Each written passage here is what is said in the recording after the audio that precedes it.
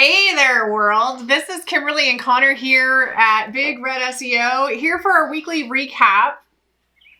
Hi, guys. This is usually where Connor does. Hi, guys.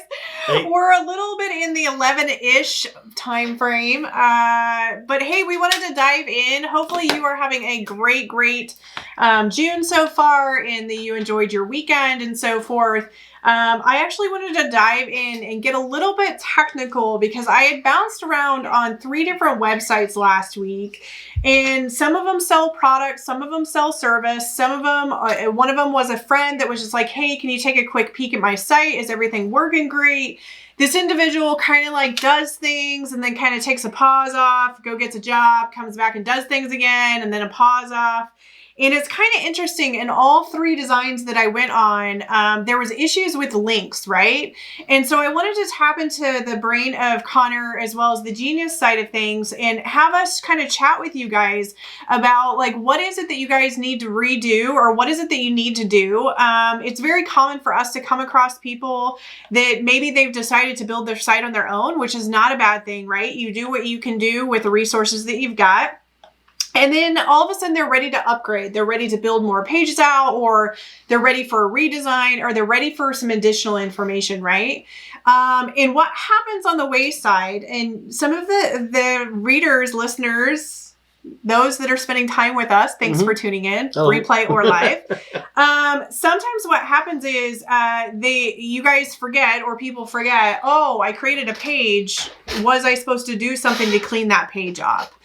And believe it or not, there is some stuff that needs to be done. And if it's not done, kind of what happens is, one, end user winds up having not so great of an experience, right? Number 2, the search engines get a little confused because they're like, wait, you're pushing traffic to this page and this page is no longer working, right? And then 3, you kind of really don't look very professional. It's kind of like one of those, you set it, forget it, and then you never came back to revise it.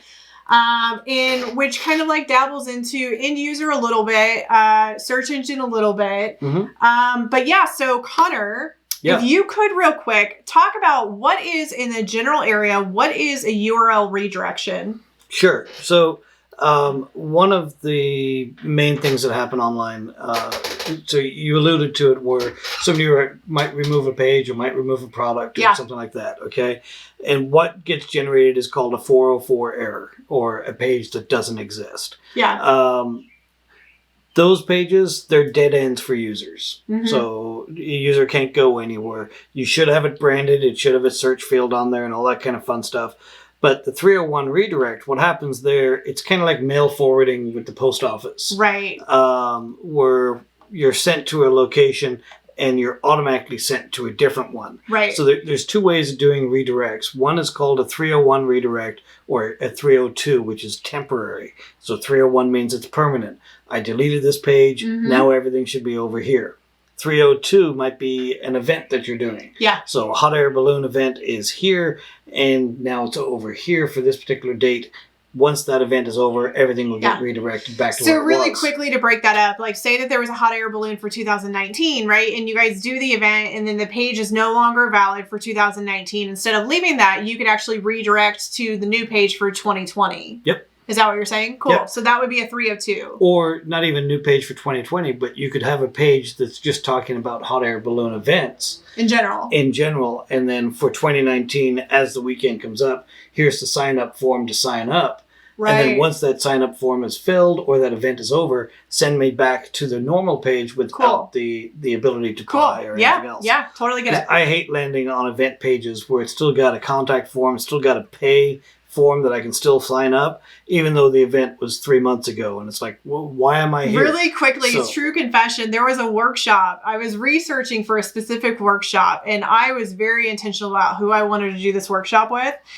So I get all the way through it. I come down to the investment. I'm pulled my credit card out to pay, right? And then on the website, it was actually a year or 2 years later that the event date was. So it wasn't even for the existing year. I've got to be honest, I was a little grumbly on that one because I already went through the steps and the processes of, hey, like there's this information. I kind of shot off a really nice kind of email of like, hey, I'm not sure if you're aware of this, right? Because this is the industry we're in. Right. There's that fine line of being helpful and useful and then kind of being salesy, if that makes sense. I was more helpful, useful because I wanted the workshop, right? But and with that, so there should have been two things that happened there. One, there should have been a 301 redirect or 302. It should have gone to another page. And then the other is that the page for the sign-up form should have what's called a no index, so that the search engine doesn't actually index that page to put it inside of the search results. Yeah. Or it should have had a not valid after a certain date. Right. That stuff can all be configured. Yeah. So those are some of the redirects. There's 301, 302 redirects. So 301 is permanent, 302 is temporary, but there's also an HTML redirect, or it's actually called a refresh. Yeah. So inside of the header of HTML, you can load up a page and automatically refresh it to go somewhere else. Be careful if you're doing those. They're nice for being able to track or cookies or things like that, but Google looks at those refreshes and they're kind of spammy. Because if you were supposed to go over here, why did it take all this time to load the page and then send me off? So it was used in Black Hat World years ago to be able to redirect and trick users and refresh and all that kind of stuff. Yeah, don't do that. Don't do that. So, we don't, like, when it comes to SEO, guys, like, you just want to keep it really simple, right? Especially when it comes to redirects. And the other part too, like, say that you are selling a product and for whatever reason, all your products are sold out and you're not going to make any more products that season. You can actually do a redirect where you throw the person back into either the category of the product so they can find other similar products of it, or you can throw them into like your shopping page. We typically don't recommend going from a product into the homepage again, because that's going to confuse the end user. So wherever they're at, like 301 redirect backwards to what is the next section that you can go into the most. Does that make sense? And if you're out of product, so if the quantity is at 0, you might do a 302, you might leave it as a 0, and then a wording on there to say, we're out of this product, have you checked out this particular product? Yeah. So I'm not saying definitely 302 redirect everything, because it does have its place and purpose to show 0. You know, you look at the houses for sale, you get the real estate agents, and they'll put their signs in the ground that the house is sold, and they'll leave the sign there for 30 days. Yeah, this is where you and I are a little bit different. If you have a product and you're not intending on selling it again, clean up the page and get rid of it. Oh, complete. If it's not coming back for a season, or if you're not doing it anymore, clean up the page, get rid of it. If not, what happens is if an end user comes across inside your website and they come across so many pages with no products, they're going to get frustrated. It's going to frustrate the end user, and they may not come back, right? Yep. So I get that from that general area. It's two different brains and two different ways to look at it. If you do have the intention of maybe you'll bring it back in a quarter or in 6 months, you'd be like, hey, quick message, we're out of these products. Feel free to check these other products, if that makes sense. Yep. The area that we run into a lot is with blogs. Maybe somebody's doing a side gig job or a side gig blog, and then they're selling on Etsy or something else. And then all of a sudden the links no longer work, right? Like the person, you're sending them to a specific web page with some specific information that includes the product that you're showing. And this just comes from the business owners not actually be sitting in the seat of the end user and flowing through. Typical cases, what we see is they just build the page, put the information out. Blog articles, this happens a lot in blog articles. If I could count how many times somebody actually posts a blog article, put links, but then don't test the links to make sure that they work, right? Right.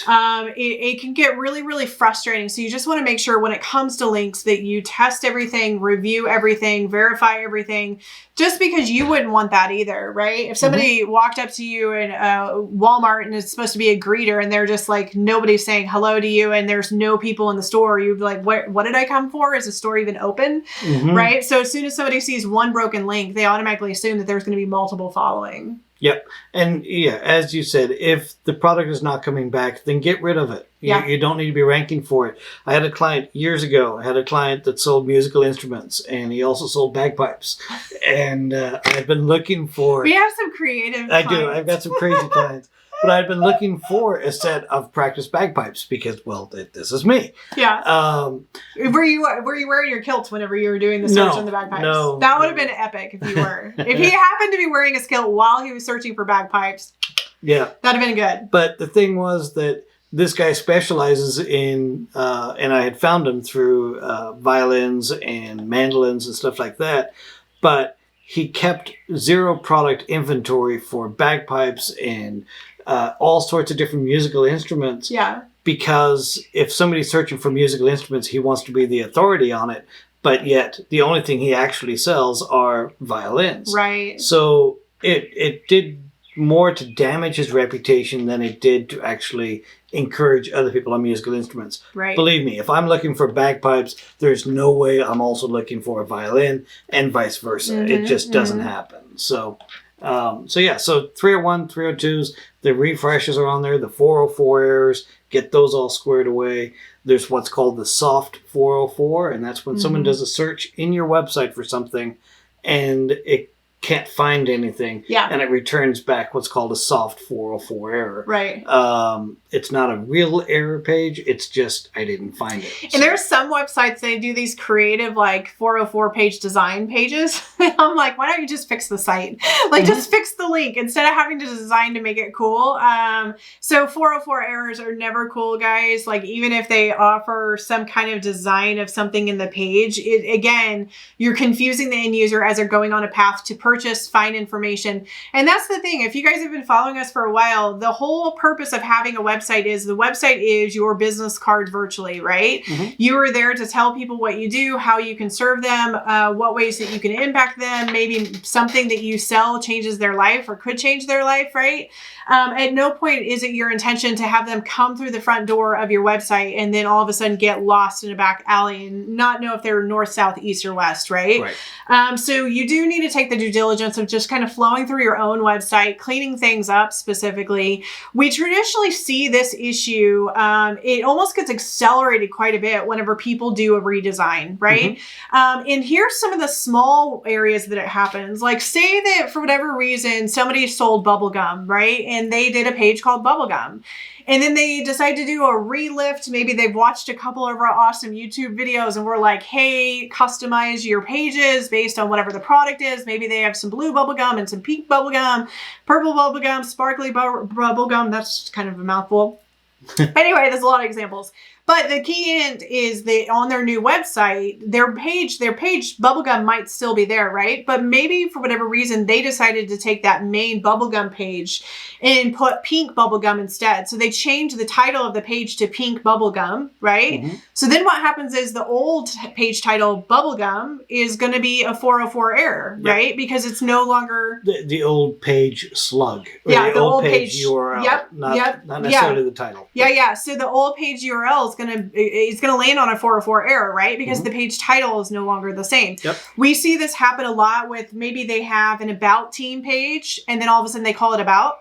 Or about us, and then they change it to about or about our team and our company, right?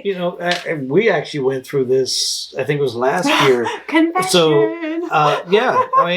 this is stuff that happens for everybody and anybody. But we retitled some of the blog posts that we had. We also changed the URLs to better match. So we were doing some blog titles that had the year in it, and it helped from an SEO perspective.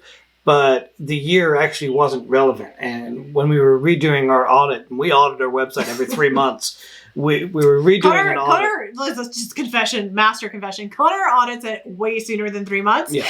Connor gets Kim's attention in about every 3 months. About every 3 months. And about every 6, I'm allowed to implement things. to clean the things. But essentially, we had retitled something. We redid the URL. So we then had to do 301 redirects from anybody who may have had that old link. Yeah. And your Google Analytics or whatever analytics tracking software you're using, you can see how popular a page is and whether you need to worry about 301s. Yeah. In our case, we needed to worry about it. both from a traffic and both from a link aspect. All of that's going to help the end user experience. And that's what's driving SEO, that end user experience. Yeah. So, Yeah. I mean, the thing is at the end of the day, you want to make sure that your end users are taken care of, and that their hand is held throughout the entire ways of the website, right? Yep. So when it comes to redesigning, whether it's I'm like looking at the thing. Here's our links, guys. Connor's distracting his wife. Whether it's you're redesigning, adding or removing pages into your existing design, if that makes sense. Here's the other thing too, is if your website is on a third-party website, you also need to verify your link works. Right? So like there's nothing like getting some kind of partnership, sponsorship. You paid for an event and then all of a sudden they have the wrong URL for your business. Like we've actually had some situations where it linked to the competitors' websites. So guys, you got to take full control in your business and what way is it represented, and test it and see. And if you come to an event where they offer a link onto their website, why not take that, right? Like, why not actually feature your company and then link it back to your website? If you can, whatever you're talking about in that specific page, link into the service that you're offering and not necessarily just your homepage, unless your homepage covers all bases of what you do and how you do it. Yeah, but even still, you should never... Never link to the homepage. Well, I mean, you can. 301 redirect to the homepage. Yeah. As you know, you don't ever do that. That wasn't what I was talking about. What I was talking about is just like in general, like say that they're doing, so for us, it would be very common to get featured on a marketing website, right? And then they would feature back to us. Well, in that marketing website, if we're talking about our SEO services, we're going to link into the SEO services page. We're not going to just drop you into the homepage and then you be confused and be like, who's these two head-shaped people? What is it they do and what do they offer? I mean, I know in our homepage we explain what we do, but kind of just a general area. So is there anything else that you would recommend for people to know when it comes to redirects, whether it's the different styles, versions, microsites, one-page websites? So there's lots of different software. There's lots of tools I use for tracking 301 directs or if a page is an error. But Google Webmaster Tools will show you 404 error pages or broken links. Yeah. So use that as a starting base to do your redirects. Cool. There's a handful online that you can do searches for. Screaming Frog is another one that'll do an audit. I use Screaming Frog almost, I would say on a weekly basis. I'm in there doing audits. But there's a lot of different tools there. Look for your 404s. Redo the 301 redirects that way.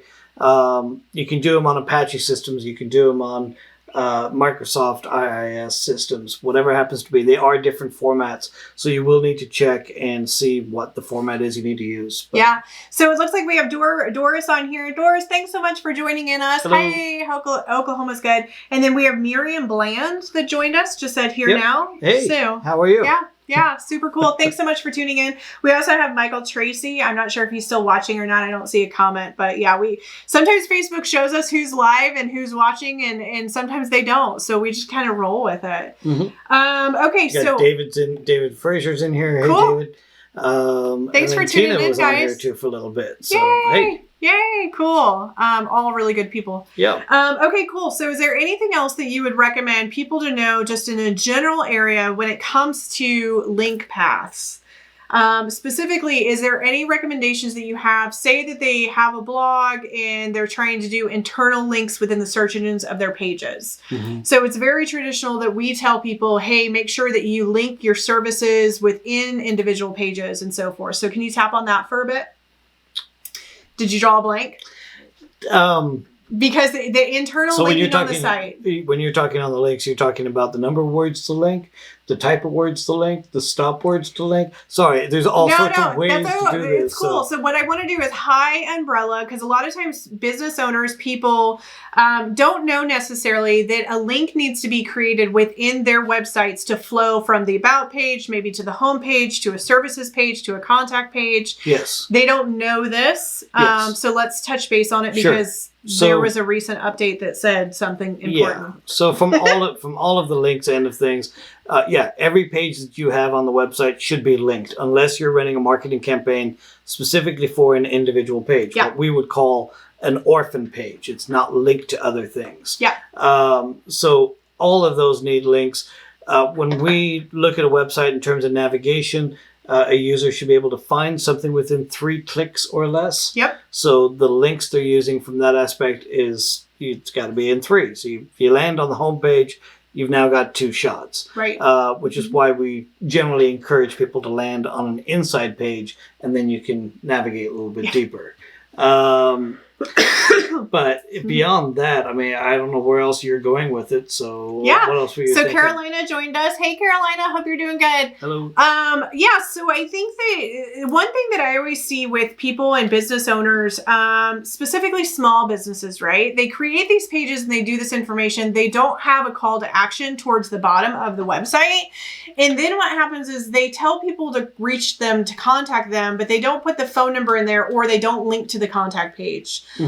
So internal links, I feel like you and I have kind of different feelings on it. I feel like for internal links, the contact page needs to be linked on every single page. Like, you need to make it an easy path for somebody to get into direct contact with you. Yes, you can also do your phone number. We recommend that, especially depending on how many mobile users you have, right? And if you do the phone number, don't do like letter things, right? Instead, do the phone numbers to click them, if that makes sense. I don't know why he just handed me that. But with all that area, you want to make sure you internally link. Also, if you recommend or you say your business name somewhere, link it back to the about page, right? Like, have people get to know you. Yes, it's one of the clicks. They don't have to click into it. But if you have a blog article about the service that you're talking about, and maybe that blog article highlights the 5 reasons why they should invest into that service or that product, even put that into the main services page as well. It's okay to link from the blog articles and the pages, and it helps the end user be able to continue in the flow. So traditionally what happens is people will scroll down a page, right, of services, read all the information, then they'll go back and they'll click the links. Sometimes they'll scroll and a link will be enticing enough, they click in, they go, and then they purchase or they contact. Right. And from that end, be careful where you place your links. Yeah. Because you don't want to be placing a link in the opening paragraph of a page. You don't. Because you're going to get 2 things. One, the user's going to leave. And the other one is it's what's called the bounce rate. It'll affect, Google tracks how long somebody's on a page. So if they get to a page and within 15 seconds they've clicked something else, then Google and their computers registered that this page was not useful. Therefore, don't show that page again. Even though it is. It just happened to be that and I guess really it wasn't useful. If somebody comes in and automatically clicks something else, then that page that was ranked wasn't useful. Well, and the other thing too is it creates distraction, right? So we recommend don't put a link within the first paragraph. You can get away with putting a link at the last paragraph for sure. And then also, if you can, attempt to not cluster all your links in one paragraph. Like, this happens a lot, and we always like kind of chuckle a little. We're like, what article did they come across back in the olden days? Because this was actually a technique people did in old SEO. So we didn't put it into our blog articles, but it is floating out there, right? And they'll have a paragraph of 200 words and it'll be like 4 or 16 links, right? Don't do that. Like, it's just obnoxious. The entire sentence will be linked rather than just a section. I'm not saying just link a word or 2 words. You should link enough of what it is to get the gist. But you generally don't need to link the entire sentence. The thought process is the links just help them gather more information, but it also draws their eyes to that specific area, right? Very much. So just make sure across the board that it's validated. Let's see. I'm not sure. So if you're talking about a specific product, really quickly to recap, or a specific service, and you offer for people to purchase online, drop them right into where they actually can purchase the product online, right? You don't want to wait until the last of the sections and then have them go out into the shop and find it. You want to be able to make the path as easy as possible for them, and so they know what that. But yeah, so with that, I, again, came across 3 different websites last week about that all experienced links and errors. So I thought that this would be a great subject. If you have questions, feel free to reach out. We do offer an initial audit. Typically in these types of videos, we do not typically say this, but we're going to. Our traditional audit's typically $250, but we're offering it for $79. And what happens is we actually go through, look at your website, and then hop on the phone for 15 minutes and tell you from our area what you need to fix. If you need guidance from that point forward, we could talk about how that path would work itself out.